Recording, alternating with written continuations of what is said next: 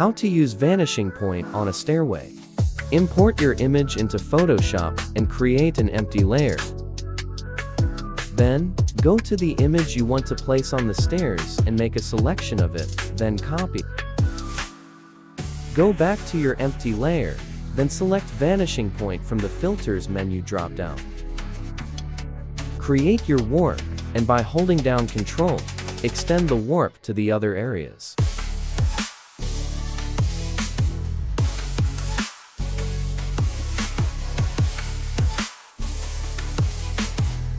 Then, by using Ctrl+V, paste the element you want to place on the stairs. Press Ctrl+T to transform the element, then drag into the warp and place as you deem fit.